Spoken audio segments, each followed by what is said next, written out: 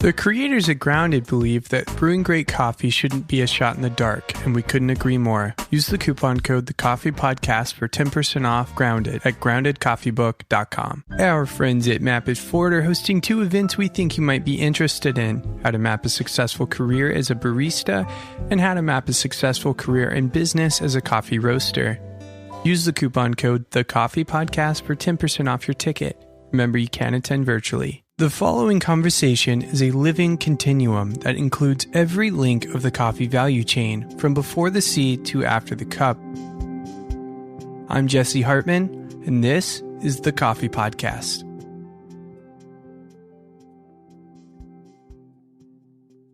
In the first part of our conversation with Scott Rayo on roasting basics, we covered things like equipment, choosing equipment, roasting phases, while we demystified some things there.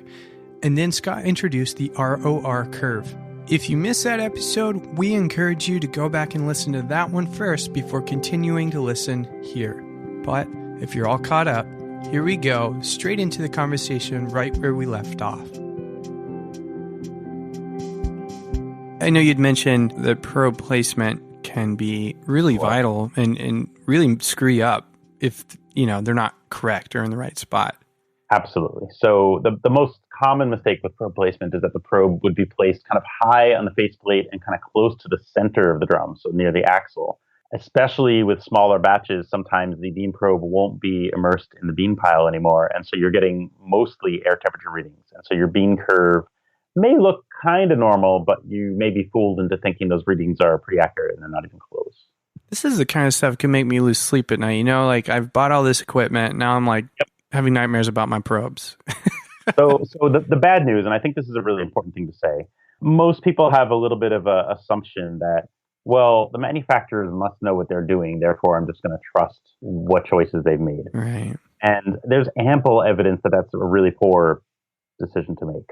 And the reason I say that is not because my opinions differ from the manufacturers per se. I mean, they often do, but many of the manufacturers have made radical change after radical change over the last 10 years, where it's almost like they're playing with trial and error. Like they're building their machines by trial and error. I'm going to put the probe here. I'm going to put the probe here. I'm going to shrink the probe. I'm going to use this kind of probe. And I mean, I've been arguing with a few of them for a few years, like, you need to do it this way because this works. And I've used 100 machines. Just trust me, this works. And their attitude is usually, we've been building roasters for, pick your number, 20 years, 50 years, 100 years. We don't need your help. We know what we're doing. Right. And then it takes them 5 or 10 years, but eventually they just fall in line. They do what they should have done to begin with because it works. Is that because R&D is so expensive, or what do you think? I mean, this isn't the conversation for that, maybe. I'll be really cynical and say that the reason is the number of roasters being purchased is growing so fast that they have no reason to care or adapt because they're so busy. They just don't give a crap. They don't want to change anything. They don't want to listen to anyone. They don't want to spend the time or money on anything because it's working. I see. Right. And now there's a few companies, I'll try not to promote companies here, but there's a few companies that are really good at listening and changing. And some of those companies used to make, it's a little bit like what Hyundai was, right, in the 90s, right? Like my girlfriend in 1992 had this Hyundai XL that was like the worst car ever built, right? And now Hyundais are some of the best cars ever built, right? There's a few manufacturers out there that are just, they're learners, and they're like, oh, I'm going to keep improving. I'm going to keep improving. And then the stodgy old guard is maybe doing a decent job, but they never change. And one day they get leapfrogged by these little guys. So, Toyota, let's say, became the stagnant company. Like GM was first the stagnant company, and then Toyota was. And it's like the Hyundais world are just kind of taking their place slowly. Right. And they're letting it happen, right? And it's completely unnecessary, but that's just human nature. It happens. You've got your bean probe, and the best place to put your bean probe is where the bean pile is on very small batches. So usually that means, depending on whether your drum turns clockwise or counterclockwise, it usually means you're an inch from the inner drum edge, and you're either at 4 o'clock or 8 o'clock on the clock face. On the smallest batch size, what you said there. Yep. So let's say you got a 12 kilo machine, and you desire to sometimes roast 3 kilos at a time. Okay. So if your drum turns clockwise, bear with me here, the beans are going to be shifting towards the 8, 9 o'clock side of the drum because it's always turning, and the bean pile is sort of lifting up towards 9, 10 o'clock and then falling down towards 6. Got you. Okay. Bean pile between 6 and 10 o'clock on a clockwise drum. Got you. So what you could do is you would stick your bean probe at 8 o'clock, about an inch from the inner drum edge, that the probe isn't too close to the metal, so it's not picking up the metal temperature Right. interference. And then that's great, because even on a 3 kilo batch, the bean probe is going to be in the bean pile and give you pretty good readings. I see. Is it possible to modify a roaster? I've already purchased my roaster, so Yes. So you know. there's two things to know about that. One is that you really want a J or K probe that's about 3 millimeters. Now, there's pros and cons to going smaller and bigger, don't get me wrong. But if you want the 80-20 on roasting right now, you go for a 3 millimeter probe, you put it at 8 o'clock or 4 o'clock, and you're doing better than almost anybody. Okay. Sounds cool. But the thing to know is that fat probes, like probes with diameters of 5 or 6 or more millimeters, they're very slow, and they don't give you a good look at your curves. And there will be things happening in your ROR curve that you won't see, because the probe is always lagging and it's always effectively smoothing your data. And I've had countless clients who thought their data was great. I forced them to, not force them, but I coerced them into getting a 3 millimeter probe. And then a day later, they email me and they say, "Oh my God, I can't believe what a fool I was looking at those curves thinking they were good." It's great. I mean, you get a little ego deflation. You become a better roaster. I think a little ego deflation is good for just about anything. Absolutely. I mean, I'll be honest, there's no reason to have an ego in coffee, in the sense that I've been doing this forever, and there's so much I don't know, and there's so many mistakes I make, and it would be crazy for me to think, "Oh, I got this down. I know everything." Right. Coffee's tricky, and roasting's complicated, and we don't know anything about the chemistry of roasting, in a sense. And if you've been doing it for 1 month or 1 year, you shouldn't be putting pressure on yourself to be great, and you shouldn't be patting yourself on the back. You should just be thinking, "How do I get better? How do I get better?" And that egolessness will really serve you throughout your career. Just to speak back to the ROR, and we're getting into data and roasting. We talked about the software.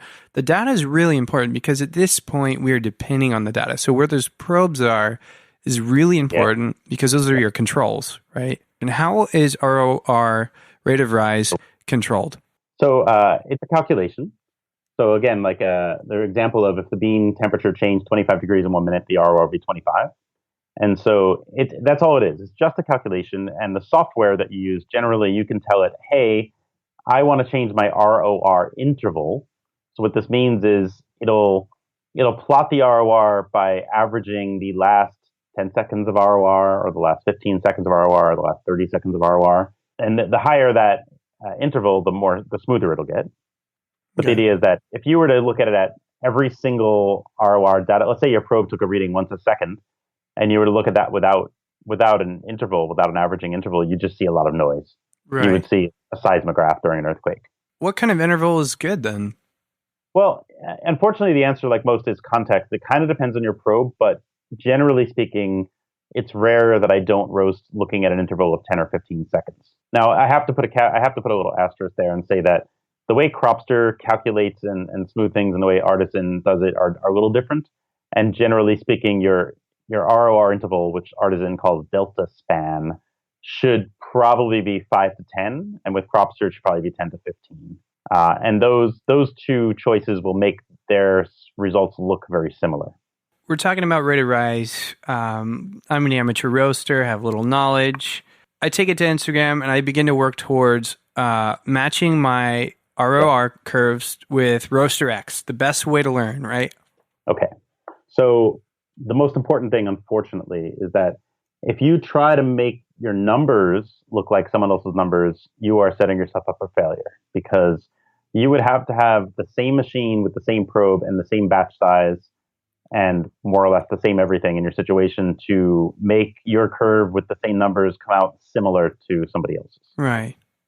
And unfortunately, that's never going to line up. And so don't try to do that. What is important, and I try to emphasize this, that the shape of the curves is what's important, not the actual numbers, because your numbers and your friend's numbers are going to be different always. And if you have two different machines, those numbers are going to be different too. Right. So try not to get hung up in the numbers. People constantly, when I post curves, I'll often post curves without the numbers, and people get really upset and desperately want to see the numbers. And I'll try to convince them that I took off the numbers essentially for their own protection, because experienced people don't care about the numbers. They know they're meaningless. The inexperienced people are desperate to see numbers because they want to copy them, and that's missing the point. Gotcha. Yeah, it kind of goes back to maybe what you were saying earlier about understanding the process versus just kind of plugging the right answers in, so to speak. So I'm going to send you one of the curves I'll send you is something I used in my beginner's roasting class recently, which is it comes with a ton of asterisks, but it's the idea of if you force me to blindly roast a batch with a new machine, knowing nothing about the machine or the coffee, this is where I would start. And I'll send you that. And the idea is that Perfect. you would put in 2/3 of the capacity. So if it's a 12 kilo machine, you'd put in 8 kilos.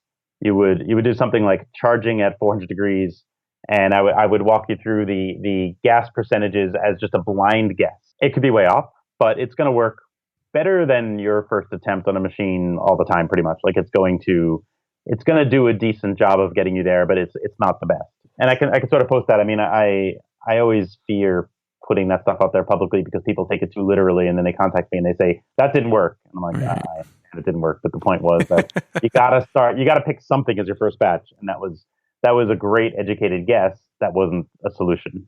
That's all. What is the rate of rise peak? And I've heard you call it garbage. Why is it garbage?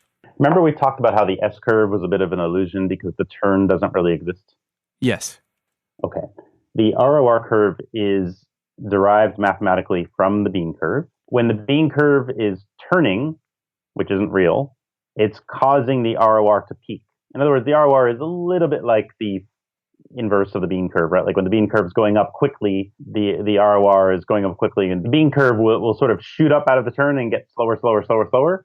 And so while the bean curve is rising, the ROR curve is coming down. Like they eventually create an X. Okay, and the peak of the ROR is purely the math of the turn, but since the turn doesn't really exist because it's just reflecting the probe cooling off and catching up, Okay. the peak of the ROR is just a joke. But unfortunately, it's a little bit like seeing famous people's faces in clouds. You're really convinced you see Paul Newman's face in that cloud, but I promise you his face is not actually in that cloud. It just happens to kind of look that way. And that's kind of what happens with ROR peaks, where people cup of coffee, they love it. They look and they're like, oh, the ROR peaked at 30. And then they try to make it peak at 30 again. They don't realize that that's meaningless garbage. Wow. Yeah. I feel like though that wasn't as advanced as I expected, and that I would really appreciate coming into roasting knowing that, because I feel like that could be a total pitfall, right? To just, like, get caught up in that sort of thing. So the bad news, Jesse, is that if there's 1,000 people listening to this who have been roasting, at least half of them right now are thinking he's wrong. It's not really garbage. So it doesn't matter how long I've been doing this. It doesn't matter how many people I work with. It doesn't matter that I've consulted for the vast majority of the best 40 roasters in America.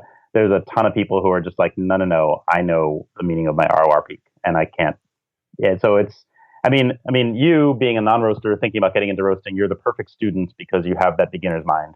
You don't have preconceived notions. Other people, it's like trying to get a piece of meat out of my dog's mouth. It's just you cannot do it no matter how strong you are.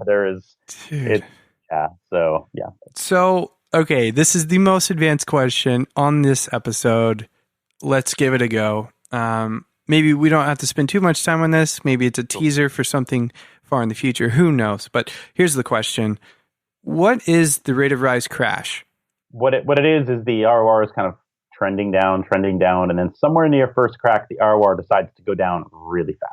So it's going kind of horizontal, maybe dropping a little bit, and then suddenly it falls like a rock. And that rapid turn down in the ROR, the rapid change in the slope of the ROR, is what we call a crash. Okay. So that's the basic. What is it? Now the why is it, which I think is part of your question, really.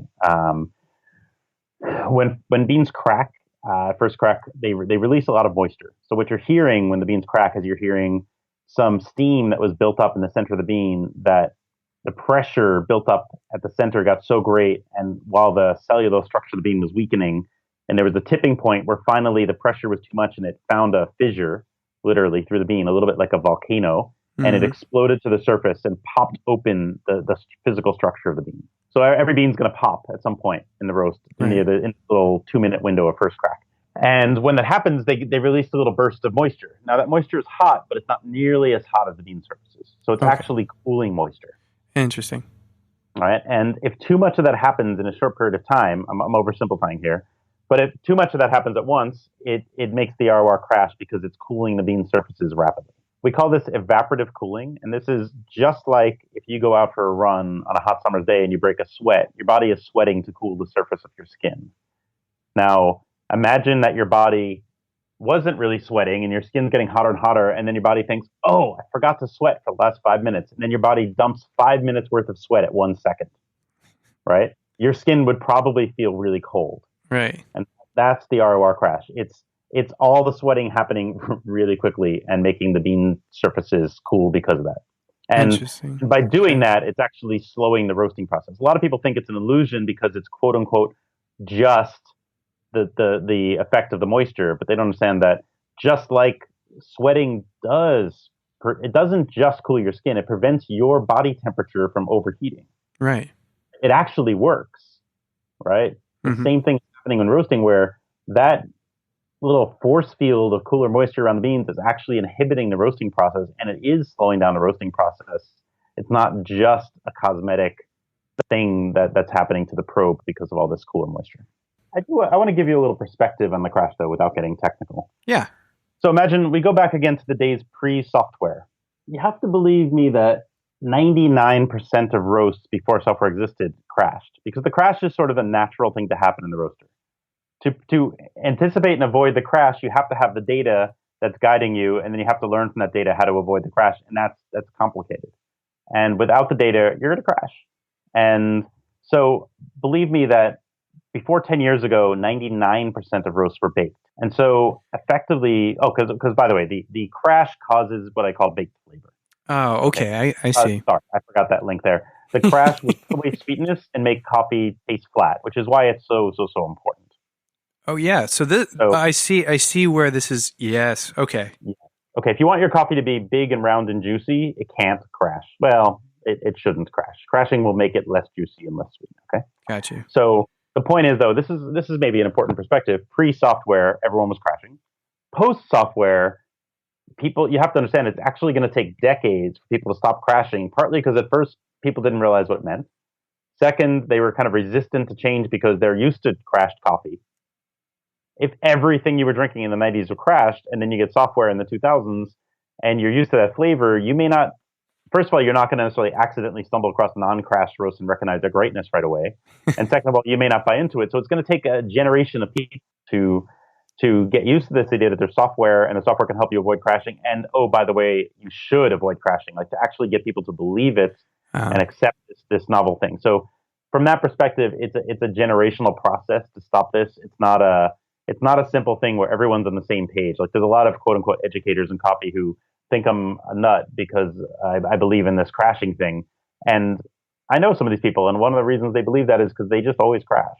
And it takes a fair amount of practice and knowledge and all these things to avoid the crash. And of all the hundreds of roasters I've worked with, 100% of them, when they learned how to avoid the crash and started tasting their coffees crashed and not crashed, 100% preferred the non-crashed, which is a very important point. But it does take time to figure out how to not crash. And so anyway, the crash is very important, but I'm sorry to dig too deep into it. No. I don't think you need to apologize whatsoever. I think this is a fantastic teaser for the future. So you've talked us through the process, but we've missed an important question, and that's on me, I suppose. So how many cookies can I bake in the oven? So how many pounds, how many kilos can I put into my 12-kilo roaster, for example? Unfortunately, the marketing department that sold you, that's part of the company that sold you the machine, they want you to believe your roaster can roast 12 kilos, for instance. That doesn't mean that your roaster is optimized at 12 kilos.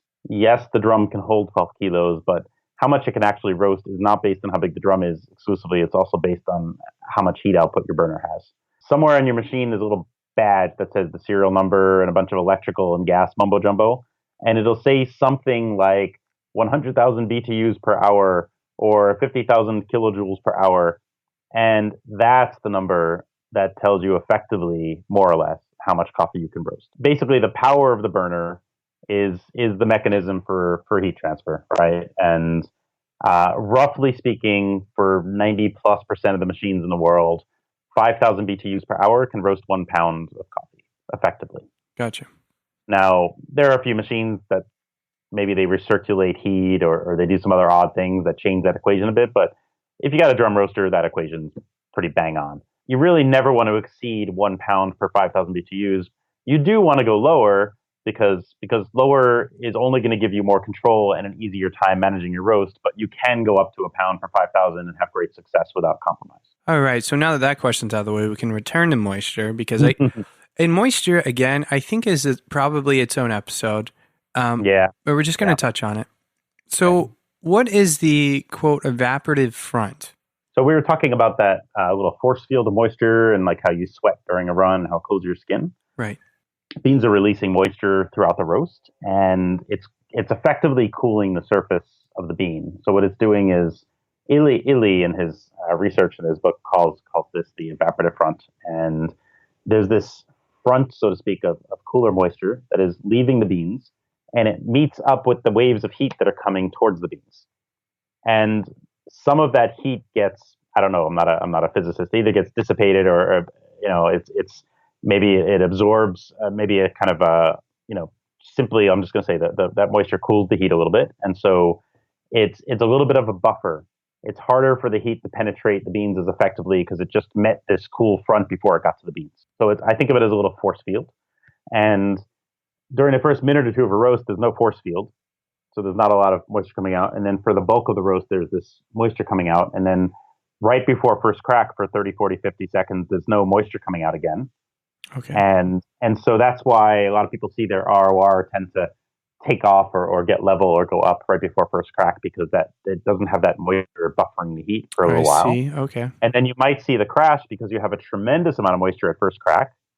Right. And then you might see later, if you roast dark enough or if you're kind of doing it wrong, you might see this thing we call the flick, where once the first crack release of moisture has slowed down or dissipated, now again you don't have that buffer, and now the rate of rise might take off again. Gotcha. The flick. So there's a little bit of a roller coaster effect based on when the moisture is coming out of the beans. And your job as a roaster, in my mind, is to manage your gas settings to sort of surf that wave and control things and don't let the ROR sort of get out of control or crash. You want to kind of keep it ticking down in a civilized, kind of controlled way, and then you'll end up with pretty good coffee. So moisture plays, I mean, I can't help but think it plays a massive role in how your roast turns out in the way that you... I mean, effectively, the simple answer is that the more moisture in the bean, likely the more moisture that's going to come out during the roast. So the more gas you need to overcome all that cool moisture coming out.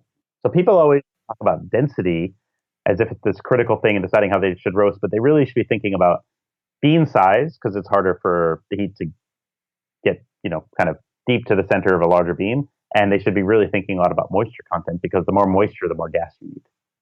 So Gotcha. moisture is quite important from that angle. So moisture content before, moisture content during, and moisture content after roast. So before roasting, I mean, there's a reasonable window of moisture content, call it 9 to 11, maybe up to 12%. That's considered acceptable. And if your moisture is too low, your coffee might taste sort of hay-like or flat. And actually, it also won't roast very, very in a controlled fashion. And if it's too high, it might taste good when the coffee's fresh, but the risk of microbial growth, like bacteria and yeast and mold, is too high. You don't want that. Okay. And so water activity is something related to moisture that is a little bit more of a complicated version of that. But those two things are things that, to me, I wouldn't buy green coffee unless I knew both its moisture content and its water activity level. And because those things will influence how you roast the coffee, it'll influence how the coffee stores, they'll influence whether the super fresh sample roast that you got from the broker was a little bit of a fluke that isn't going to represent what the coffee's going to taste like in a couple months. Gotcha. Yeah. Very, very helpful. So let's go ahead. Let's get off the massive can of worms that is roasting in moisture, and let's hop back onto the conversation we kind of touched on. You rather kind of touched on what I call whoopsie roasts, which are things like baked, things that you see like the flick and then flat. Can you break those down one by one? Sure. Maybe we can even provide a graph on these and discuss these. So I'd say we're just going to look at the ROR curve. And it's probably three things that happen most commonly that you should try to avoid. One is that leading into first crack, let's say the 2 minutes before first crack, you don't want your ROR to stop going down. If the ROR gets flat or God forbid it goes up, you're much more likely to bake and sort of lose control of the roast right around first crack, whether the ROR starts to go up and then crashes hard or whatever that might mean. Gotcha. So helping it tick down slowly leading up to first crack is important. The next big problem you see often is the crash, which is very common. And again, that's a pretty complicated topic, but learning to manage that is probably the single greatest skill that a roaster can have. Okay, wow. And then the last thing is the flick, where maybe because you've roasted without enough airflow and you've trapped too much heat, maybe because you've left the gas on a little too high when first crack is ending and the moisture isn't coming out anymore, maybe a whole host of other reasons, suddenly the roast is going to accelerate at the end of first crack. And you really need to plan ahead for that, because by the time you see your ROR curve doing something you don't want it to do, it's too late. It's too late, because what you're actually seeing is the last 15 seconds average temperatures doing something you didn't want it to do. Right? You're not seeing it feels like you're seeing real time. It really does, because it keeps ticking away every second as you go and moves, but you're actually seeing the average of the last, call it 15 seconds. So that means you're already too late.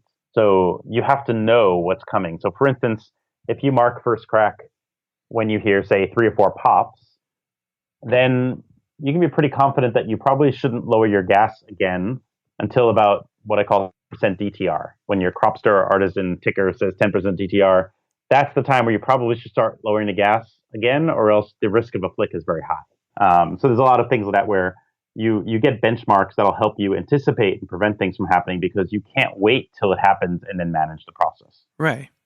So roasting is maybe a lot more active than I might have originally thought, because it seems, anticipating these sorts of things is not so straightforward, and like you need to be paying attention.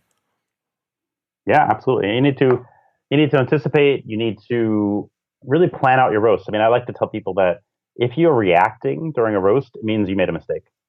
Like basically, you should plan out your roast so that there are no surprises. You should already know all of your settings going in. You should already be managing the warm up and the between batch situation, so that every time you roast, you're basically starting with roughly the same machine, and there's no surprises that are going to catch you. And you should be virtually comfortable handing the settings to someone who doesn't know what they're doing and say, just enter these. No, not exactly, but you should feel close to being comfortable with that.